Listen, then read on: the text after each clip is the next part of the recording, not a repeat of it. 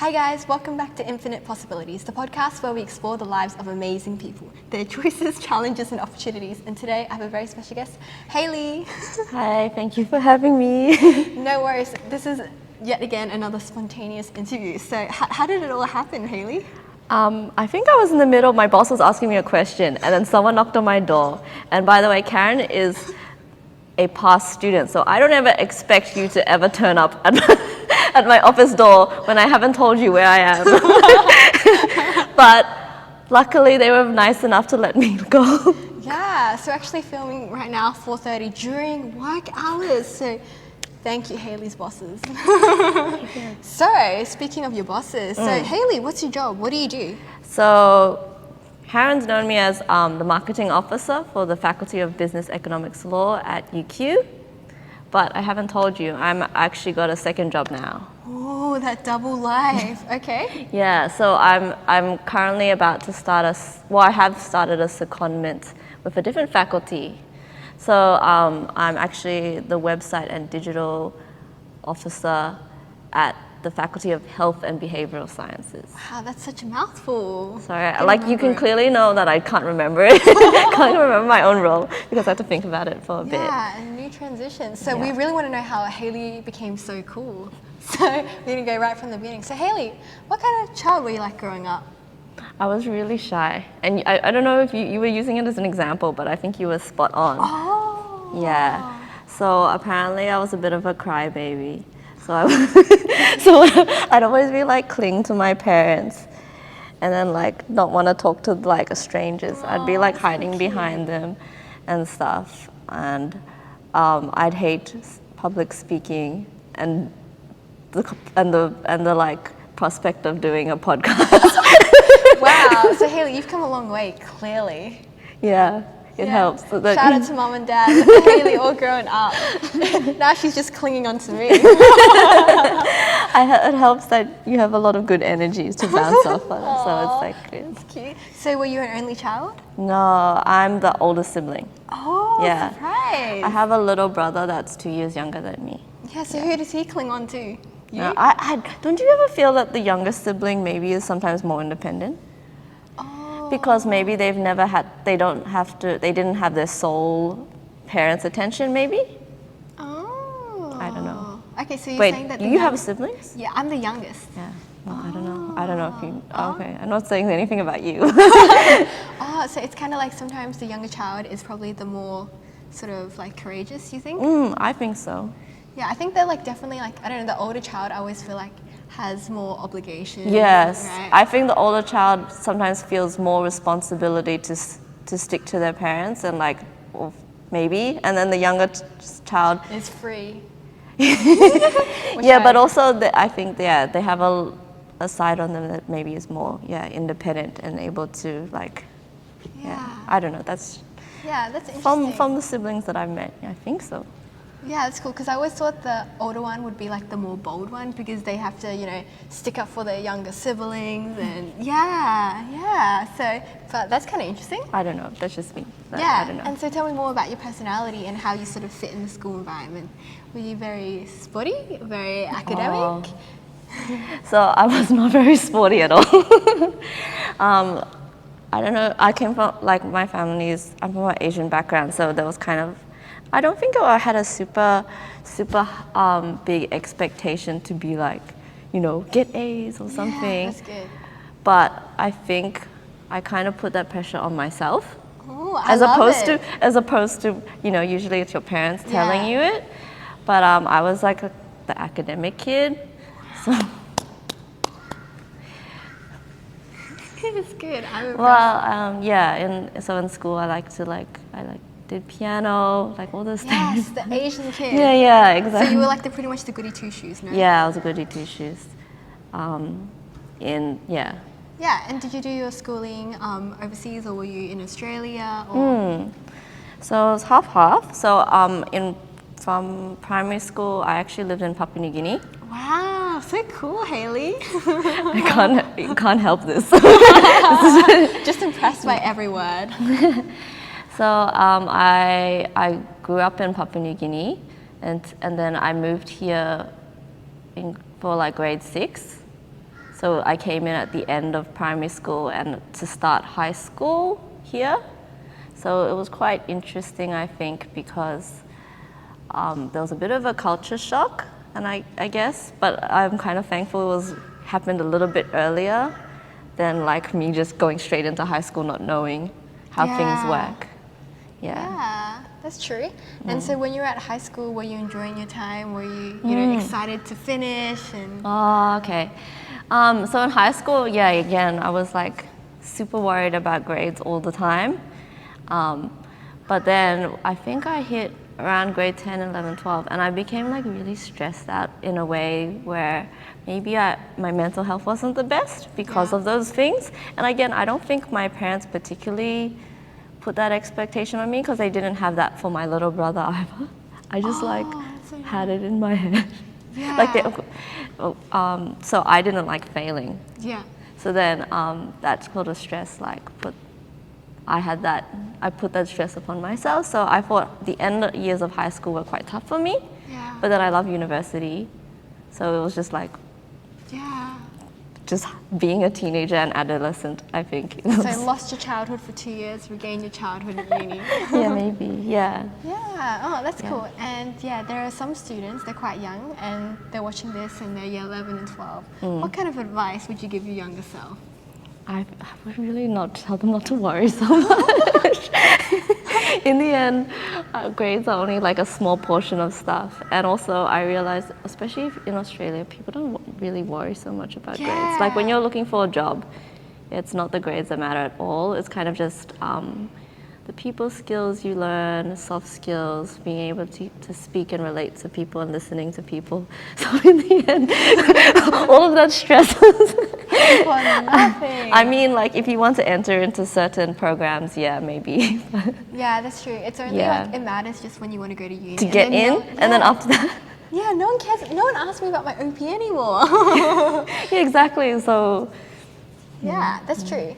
And so when you were in high school, in terms of career, what was sort of floating through your mind? High school. I kind of wanted to be a marine biologist. Oh, wow, you're so cool. But I feel like lots of people will have like that. I don't know. I think it's interesting. I think if people watching documentaries or watching Finding Nemo or something. Finding Nemo. Nemo started it all. Yeah. So it was that, I think. And then when you actually had to, at the end of your senior years, you had to actually write down like your preferences and stuff. I was thinking maybe a dentist, and the reason was I actually used to like going to the dentist, which is bizarre, and then maybe it was just because I had a really good experience going to the dentist, because I always went to the same dentist and I was just happy to see this person, and then they gave me toys at like little thing like sweets at the end. Which is not good. No, I know, like you just cleaned your teeth and stuff. But I had this positive feeling because of the dentist, but then I went to another dentist and it was very painful, and I was like, oh, so the dentist I just had like godlike stability of their hands that it never hurt, and every other dentist hurts. So now I don't like dentists anymore. Oh, that's so interesting, because I actually had a very similar experience. I love going to dentists. Like I would just sleep and then she'd clean my teeth. Yeah. And then she retired. And then I was like, oh, everyone else's experiences is with like a mediocre dentist or like a dentist. Oh yeah. Okay. Yeah, and then I switched dentists, and then like she was like, Karen, this is dirty. You need to clean this harder. And then like, wow, she started like, and then like pretty much like every time I go to dentist, like I have black blood. Oh, so, yeah. Yeah, but I was like, that never happened before. Yeah, perfect. Why did my dentist retire? They were just too good at their job. Yeah, but some are like more gentle, and some are like very rigorous, because you only go to dentist like maybe twice a year. So they're like, I gotta get it. I don't want to see you again. But also I think it's like when you're younger, you don't get an idea of other jobs other than the ones that you physically see. Yeah, that's so true. So maybe it's all like, oh, I see a dentist, like I can see what they actually do every day. So it's hard to understand. Like I never would have thought, yes, I want to do marketing, because I'd be like, what's marketing? What do you do? So I think that kind of, it's hard to decide when you're in high school. Yeah, that's true. Oh, Yeah, maybe it's just like, yeah, that's why people always go for professions, because so they can understand, oh, I'm a firefighter, oh, I'm a yeah, it's dentist. just one easy label and then everyone understands what you do. Whereas when you explain yours, I was like, what's that? Oh my gosh, yeah. I'm working on my quick short pitch. Your pitch. Sounds good. And also, what did your parents like? What were their input on like what kind of career they wanted you to pursue, if they had any? Well, I think they were agreeing with whatever I said. Well, because because I was saying things like dentist. Yeah, she's like, tink. They were like, sure, great, that's good, money, you know. So I don't think I had much pressure and stuff, which was okay. Sounds like you had a pretty smooth childhood, except for the internal pressure. I know. It's all came internally, Yeah, that's cool. And then, so what did you end up studying at, did you study at UQ, right? Yeah, I remember this conversation. So we are UQ alumni. Alumni, have fun! I was really afraid I would miss that high five and then it would be caught on camera. Sorry guys, we rehearsed this. No cuts. Yeah. So I actually studied Bachelor of Science Arts. So that's a double degree. And in science, I did plant science, so plant biology. And then my arts degree was Chinese, like Chinese language. Nice. And tell me, what happened to that marine biology, miss? Oh, okay. So the degree is Bachelor of Science. So you could really choose a major in that. But I had a cousin that did marine biology, and he was like, don't do marine biology. So he really influenced me, and I was like, why? And then I think it was like, he said, oh, you'll end up working in rural areas, or like you might be on a farm and stuff. And I was like, oh, I like where I am now. It's so funny because sometimes you're so young and impressionable. Like people say like something one, like, and that could just change your mind in an instant. But then you might just completely cut off that opportunity. Which is quite interesting. Wow. Hey? So did the world just lose their greatest marine biologist just then? Oh Nah. my gosh. Yeah, and then tell me more about the arts, about Chinese. So I have a Chinese background. Nice. But Which part of China? Guangzhou. Yes! Oh, We're you sisters. too? Oh, second high five. It's like a counter thing. Yeah. So my parents speak like a dialect of like Cantonese, but it's just a dialect. They don't even speak Cantonese. Oh. But your parents can? They speak Cantonese, but my dad, he also speaks like a second dialect. Yeah. Well, they can't speak Cantonese, so when we went, like they were saying things, and people were like, "I have no idea what you're trying to tell us," and stuff. So because of that, my parents themselves didn't have much confidence in speaking, so they couldn't really speak it at home, and because of that, I never actually got it. Any sort of like I could know words. It was because it was just like point, that's that. But it was never like a full sentence. And because of that, I wanted to learn, because to me it was a bit of a shame that like people ask, why don't you know Chinese and stuff? I get that so much. Like in the Asian like sort of places, they're like they just sometimes they will assume they just speak to you in Mandarin or something, and you'll be like, I go to Kmart and they ask me like where the dressing room is in like Mandarin, or like they ask me for directions, and I was like, oh, it's that Asian face. So to me, I was trying to kind of connect back to your roots. Yeah, I know. I didn't want to say it. I said it for you. Yeah. So I wanted to learn, and even though my family doesn't speak Mandarin at all, so I couldn't even practice. I know, right? But it's really hard to find, I think, a Cantonese teacher, and also Mandarin, I think, is more useful in a way, just as a global language and overseas and in business and that sort of thing. So it's a good language to learn, even if you're not Chinese. Wow, awesome. No problem. So how's your Chinese now? How was that uni boost? I went on exchange to Shanghai. Oh. As part of my degree. So that was a really fun experience for me. But that was a while ago. And because of that, I forgot a lot. Or like, you lose confidence, I think. Yeah, so now to boost your confidence, we're going to practice a few. No, please, no. Okay. I don't want my coworkers to hear me. You don't want them to be impressed. No.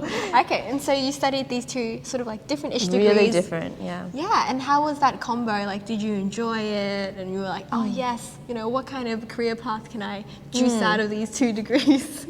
Well, I guess the good advantage of doing the double degree is like instead of just filling up your whole schedule with just science and like a long labs and stuff, it's Yeah. actually easier to do both at the same time. Even though you finish later, like just an additional year, it's quite refreshing to go between and do different things at the same time. And then like it works out only an extra year onto your degree, but I spent the whole year in China, so it was, Amazing. well, yeah, it was like a nice experience to do. So it was, yeah, I think it's good to do both at the same time. And in terms of career paths, I never thought, I wasn't going to say, oh yeah, I didn't think, oh, I'll work in China or I'll do translation or anything. It was just kind of like an extra addition that I can do onto my studies to make the most of it while I'm at university, sort of thing. So it was kind of like, I kind of treated it as like, yeah, I was going to do something in science, I thought, and this was just like, Extracurricular activity. except like a whole other degree, but like, it was fun. That's the Yeah. fun part. It was like, it was, I think, easier, I think, in a way. Yeah. Oh, okay, that sounds good. And so when you graduated, like Yep. what were you thinking? Like, oh, dang it, I have to get a job. Like, Yeah. what happened? So I'm sure you know this, but like near the end, your final years and stuff, you get really stressed out about Yeah, 100%. jobs at the end. And I was looking at, I think like everyone else, looking at graduate roles and stuff. And then a lot of them were like business degrees, business backgrounds, and some of them are open to all. But it was really hard for me to find one for biology. So I was looking at like lots of government programs and stuff, but I was unsuccessful. And then so finding a job I think was difficult because a lot of people are looking for science. It was looking, an honors year is really valued because they want that extra research. Damn, your translation that Yeah. 1 extra year. Yeah, they were like that honors year is really valued, and then like I was like, oh, either you do honors or then you could move on to a PhD.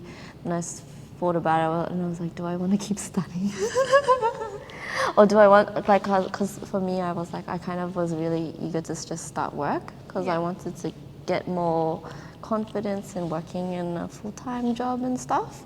So in the end, I didn't end up working in science at all. And that was okay. Yeah, wow. And so, like, was that like a bit of a bummer because were you really loving your science degree, or were you like, maybe let's get away from this? I thought it was really stressful, but I actually liked the content of what I was learning. Oh. So, but then because remember I was really shy as a kid. That was still like until I was in university too. I just didn't have Still now, I can feel it. I didn't have a lot of confidence at the time still. So then I was like, oh, I was a bit scared or like, yeah, working full time in science. So I Yeah. thought maybe I would try something else. Yeah. Sounds good. And then what was the first role you got? Yeah, so my first full-time job was working in an architecture firm. Wow. Yeah, and it was kind of like an administration role, but like also like because everyone else is an architect, you're kind of like the office, like running like the operations of the office, and also a bit of marketing and social work. So that's kind of how I kind of got a bit of experience in doing that. And I think the reason why I went for the architect place is I quite like art and design. So I think the culture fit, I think, was good. Or that's why they might have picked me. I don't know. Yeah, and how was that experience? Because you had to probably like learn everything. It wasn't really related to your degree. Yeah, but again, administration is something that I think you can learn on the job. Yeah. It's like, I think, it's not for everyone, I think, but it's just like being organized and a good communicator and stuff. So it was fun for me, and I kind of liked being, because I'm a bit of a like task doer, and I like to help other people do the thing. Yeah. So to me, it was quite fun, I think. Yeah, it was like supporting people, so Yeah, because everyone else is like really busy and stressed with their thing. pulling out their hair. Yeah, then it's very long hours and that sort of thing. So I could also help with like making their reports and stuff. So to me, it was quite a fun entry-level job. Yeah, that's cool. And then what happened next? So then I got this job. Were Yeah. you looking at the time? Yeah, I think I was at the time. So I think I was starting to outgrow that role because like once you kind of like have done everything before, so it was kind of like actually at the time at the role I kind of asked them, because they were also having discussions about putting more effort into marketing and having a separate marketing role. And I was kind of advocating like I don't have as much experience, but what if like with your guidance or something, or could I like work up to that or that sort of thing? But it wasn't happening at the speed Yeah. that like would have liked. like an organization kind of I shouldn't say these things, hey. No. It's Well, fine. like it like happens. It happens. So like, yeah, and they were really receptive to it in a way. So because I think they really valued like keeping staff and professional development and stuff. But at the same time, I started looking, I guess, Yeah. at other ways to get into marketing or that sort of similar thing, because I had that a little taste of design and making things pretty. Basically, I like that. You like art in general, pretty much. Yeah. Yeah, that's cool. And then did you just like, was it easy to get into UQ marketing? It was just a smooth transition? So, an architect firms are not really. Most of them are like quite medium-sized firms, and there's only a few that are like big or like global. So it's moving from a smaller business to like a massive university. So as you know, a university has a lot of different moving parts. So for example, there's like a central one, there's different faculties, there's schools. So getting your head around how all those things work together. So usually before it'd just be like one person does one thing, but then when you want something to happen, you have to have all those different conversations with different parts in a way. Yeah. So I guess when moving from a small company, it was quite scary because it's like, who are all these people? All these people know more things than me and stuff. For sure. But I guess that's with like moving into any other bigger company. It's like that. Yeah. Oh, that's awesome. Well, good on you. Yeah, and so what kind of stuff do you do for UQ marketing? I mean, we personally met at that photo shoot. Oh. Yeah, that's how we met. So one thing I do is organize photo shoots for student talent. So even within marketing, our mini focus is kind of like on production. So that could involve the production of collateral and merchandise, so physical items, but also like digital assets as well. So like social media tiles, things that are happening like on out-of-home advertising. So like you might find signage on bus shelters and stuff. So we can find student talent for that, interview them like, maybe not like this.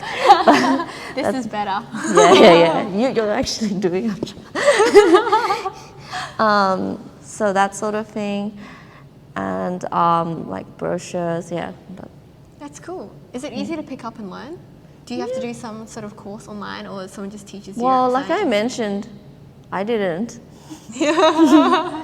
But I had a bit of an interest in art anyway, so I was kind of using the Adobe Suite before, so I think that kind of helped. But it kind of depends, I guess, on what kind of role you're going into. But I think a lot of marketing roles, they expect you to be like everything. Yeah. Maybe not so. Maybe in a university you have more chances to specialize, but in a lot of places, the marketing person does like everything. So it's like writing, the design stuff, kind of everything, events as well. Yeah. Whereas because we're fortunate to have a team to work together that we can help out with those things, but there's someone that specializes, for example, in communications and media. Yeah. Yeah. Oh. So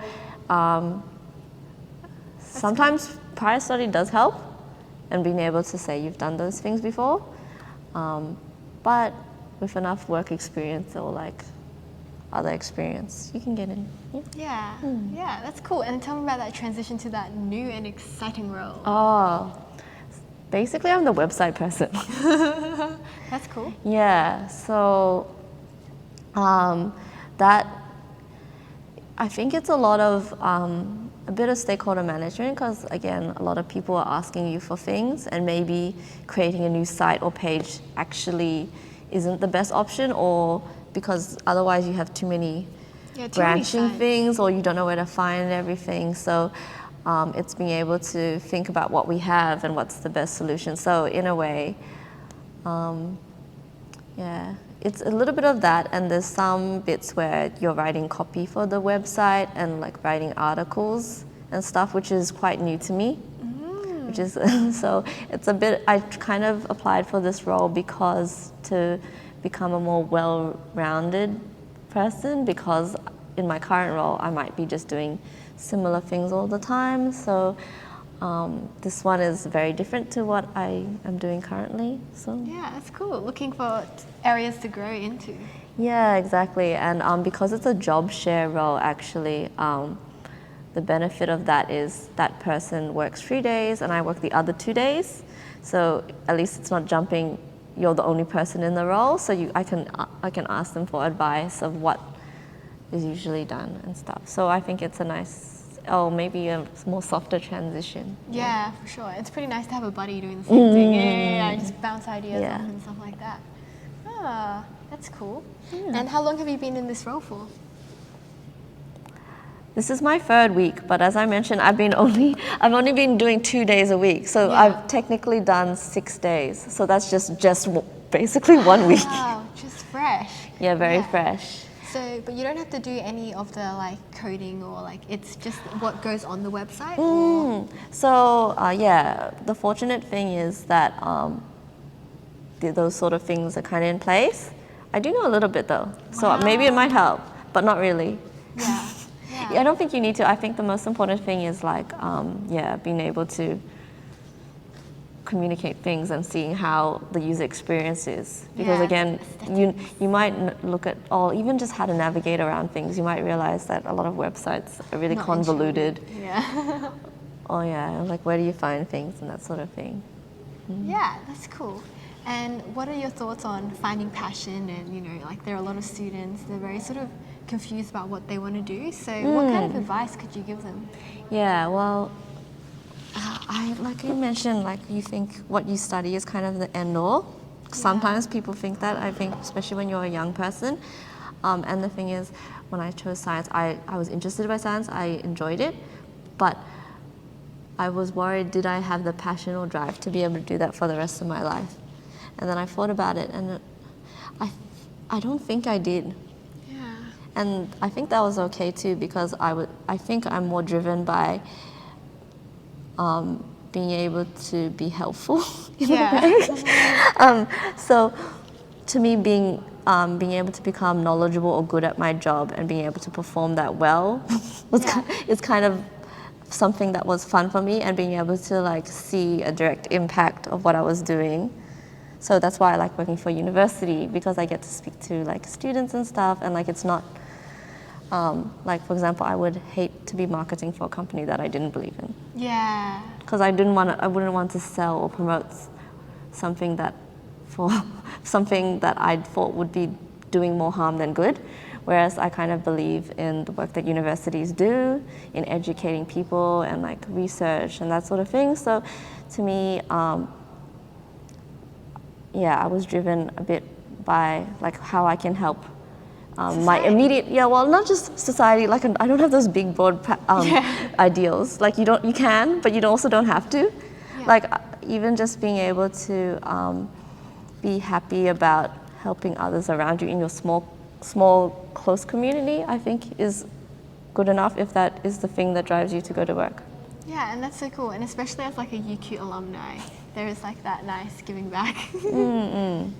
Or like even like if you like your team and stuff and like you do things as a team and I don't know. Yeah. And then and then I kind of like, because our job you can see the direct impact of things, like we can see photos of Karen at the end. Oh my gosh. and then people are really happy to see Lifesize banner of Karen. Make sure to gift it So to it's me like when a concrete example of something. So you can yeah, make sure you gift it to me once you guys no longer want it. it'll be like your parents will be like, check out our daughter. Where is Karen? Yeah, okay, sounds good. So if you could, I guess, go back in time, do you think that you would have liked to study marketing instead? No, I don't think so, because I still ended up here. So you're worried that if you like chose marketing, you might go into plant biology? And also, like, I haven't actually fully cut off the idea of working in science again. Like, I have thought about it a bit, and like the advantage of being in a university too is you can easily move. And because we do, actually, UQ is actually really good in plant biology, agriculture.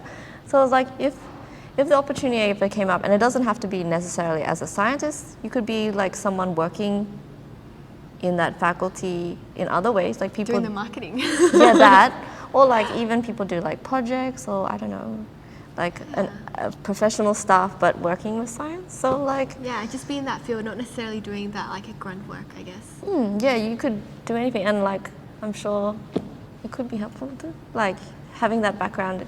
And if you still wanted to do that, so I don't really have any like, oh, I want to end up doing this for the rest of my life, or I want to do this. As you meant, like I kind of applied for this current job on a whim, so. Oh, very nice. So, love the spontaneity yet again. High five for number 3. Number 3. Okay, sounds good. So we're nearly at the end of the podcast. We got some deep questions. So, Hayley, what's the meaning of life for you? There's no meaning. I think I don't put any particular meaning. I was like, as long as, well, I don't know. I feel like I don't want to be like killing myself over things and suffering needlessly. Yeah. So grade 11 and 12. Tell me about it. Exactly. So I was like, if there's chances to just enjoy life in the present and stuff and not to worry about the future. I learned a lot from high school. Yeah. So, for example, because I'm about to start the secondment and finish with Bell for the time being, I'll only be working 2 days a week. And now I'll be having 5 days where I have to figure out what I want to do for the rest of it, if you think about it. And it's both like a daunting thing, but also kind of a welcome relief too, because I think have opportunities to just enjoy or do things that, you always put off, I'm always so busy to do this, I never get started at this.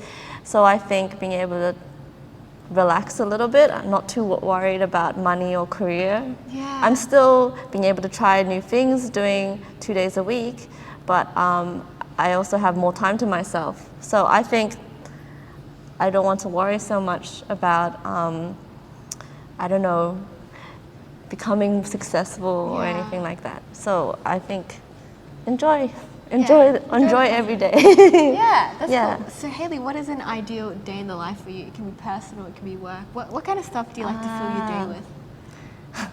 I'm a bit of a homebody, but I also, Nice. but I like to stay at home, but also I like to Draw. No, drawing is painful for me. Like I like the outcome at the end, but like it's a struggle with yourself.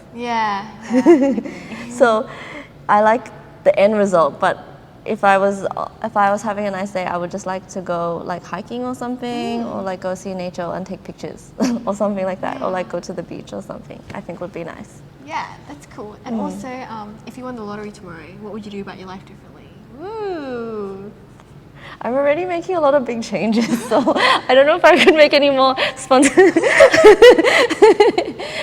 That is kind of But I don't know if I would like to start traveling again, but again, it's a bit of a weird timing for it. Yeah. But I'm going to actually have a lot of time on my hands. Actually, yeah. Yeah. If I have 5 days a week, you know, I could go on holiday every 5 days and then come to work for 2 days. Yeah, that would be If I was like, if I had won the lottery, yeah, that would be great. yeah. All the best. Thank you. Yeah, and so the final question is, how was this experience, Hayley, from start to end? From the knock on the door, from to the very end of the It's been very funny, but actually you made it very not scary at all. Oh, So that's good to hear. it's been kind of fun to speak to. But I actually after this I want to learn more about you. Oh, okay, perfect. So we might as well end this podcast. Yeah. Okay. Thank you. Bye. Bye.